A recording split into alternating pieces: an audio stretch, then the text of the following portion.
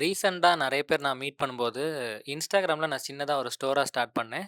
இப்ப எனக்கு ஆர்டர்ஸ்லாம் வந்து நெறைய அதிகமாயிடுச்சு. ஸோ, நான் வந்து அடுத்த ஸ்டெப்பா என்ன போலாம் அப்படிங்கிற மாரி பார்க்குறாங்க. அதுலயும் அவங்களுக்கு 2 கன்ஃப்யூஷன் இருக்குது. அடுத்ததா Shopifyக்கு போலாமா? இல்ல வேர்ட்பிரெஸ்ஸா போலாமா? அப்படின்னு அவங்களுக்கு ஒரு கன்ஃப்யூஷன் இருக்கு.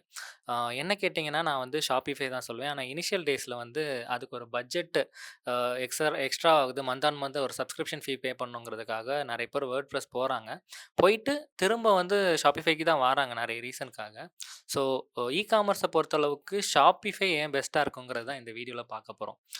ஃபர்ஸ்ட் விஷயம் பார்த்தீங்கன்னா, நீங்க வந்து Shopify சப்ஸ்கிரிப்ஷன் வாங்குறதுலயே உங்களுக்கு ஹோஸ்டிங் எல்லாமே வந்துரும்.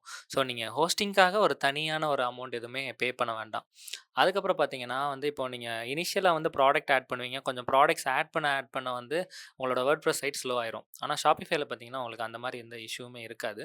அ அடுத்ததா உங்களோட பிளக்கின்ஸ் எல்லாமே வந்து வேர்ட்பிரெஸ்ல வந்து ஆட்டோ அப்டேட் ஆகாது. ஸோ ஏதாவது ஒரு பிளக்கின் வந்து உங்களுக்கு வந்து அப்டேட் ஆகாம இருந்துச்சுன்னா என்ன ஆகும் அப்டின்னா, சைட் வந்து ஏதாவது ஒரு கஸ்டமர் வந்து விசிட் பண்ணும்போது ஸ்லோவா இருக்கும். ஸோ Shopifyல எல்லாமே ஆட்டோ அப்டேட்டா இருக்கும். செக்யூர்டாவும் இருக்கும். ஸோ அது மட்டும் இல்லாம வந்து அபண்டன்ட் கார்ட் ரெக்கவரி அப்புறம் வந்து பேமெண்ட் கேட்வே இன்டகிரேஷன்ஸ்க்கு எல்லாமே Shopify பெஸ்ட்டா இருக்கும்.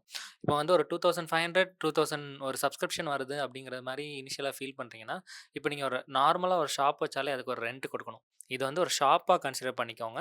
அந்த ஷாப் வந்து உங்களுக்கு 24 ஹவர்ஸ் ஒர்க் ஆயிட்டுருக்கு. நீங்க தூங்கிட்டு இருக்க நேரமும் உங்க கஸ்டமர் வந்து அதில ஆர்டர் போட்டு நீங்க அடுத்த நாள் வந்து செக் அவுட் பண்ணிக்கலாம். ஸோ, அதனால என்னோட ரெக்கமெண்டேஷன் பார்த்தீங்கன்னா, இவ்வளோ நாள் நாங்க ஒரு ஒரு 30க்கு மேல Shopify வெப்சைட் பண்ணியிருக்கோம். ஸோ Shopify தான் பெஸ்ட்.